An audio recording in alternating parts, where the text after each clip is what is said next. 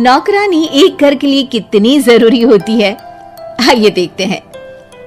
अरे बहू, ये देख, सारा साबुन बर्तन में रह गया। ये नौकरानी कोई काम नहीं करती, गंदा काम करके चली जाती है और ढेर सारा पैसा ले जाती है। अरे मम्मी जी, उसने तो साफ किया ही था। मेरे ही हाथ से इस ग्लास में सर्फ गिर गया था।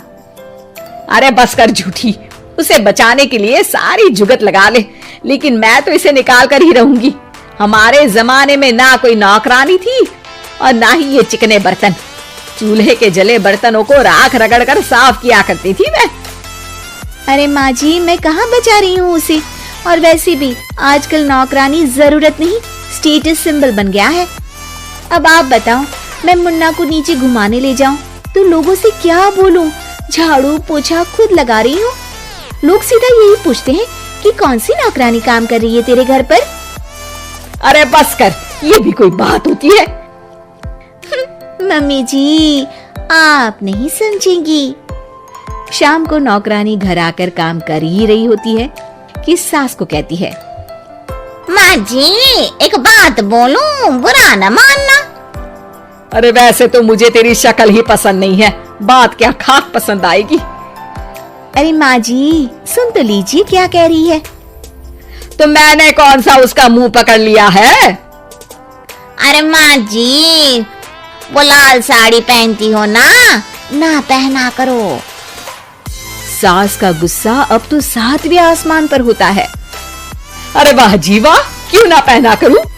और तू होती कौन है ये बताने वाली कि मैं क्या पहनूं क्या ना पहनूं?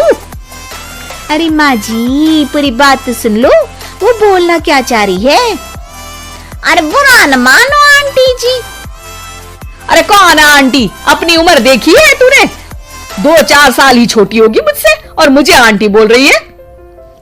बहू सर पर हाथ रख लेती है। अरे अच्छी खासी उम्र दराज हो और आंटी ना बोलूं? मैं तुम्हारी बहू से भी 4 साल छोटी हूँ। क्यों दीदी?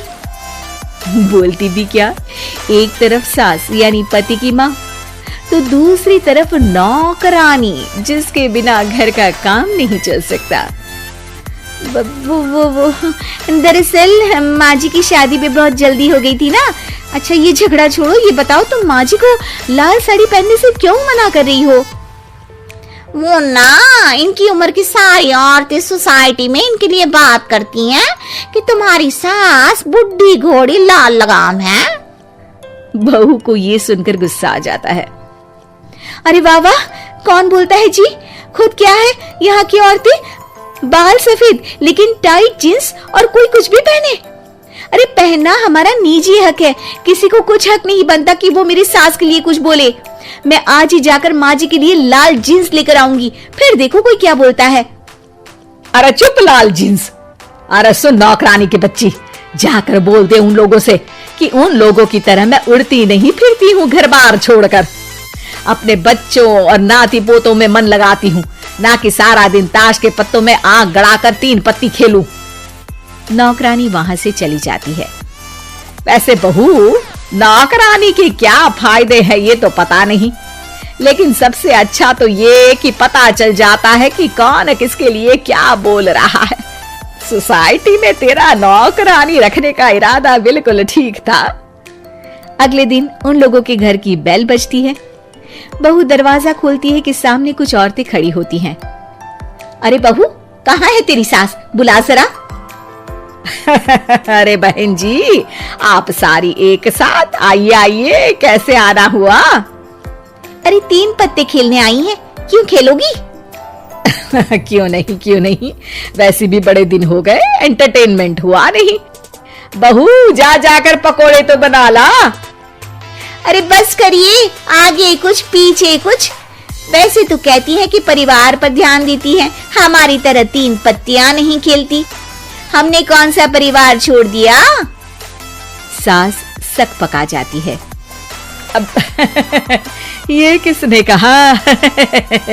मैं तो कहती हूँ कि मैं भी थोड़ा बाहर निकलूं। आपने ही तो कमला नौकरानी से ये सारी बात की थी। सास और बहू को अब सारी कहानी समझ आ जाती है कि सोसाइटी की औरतें क्यों भड़क रही हैं।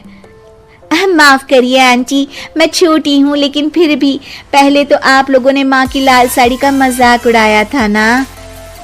हाँ हाँ उड़ाया था, लेकिन उससे पहले तो तुम लोगों ने हमारी जीन्स के बारे में बात की थी।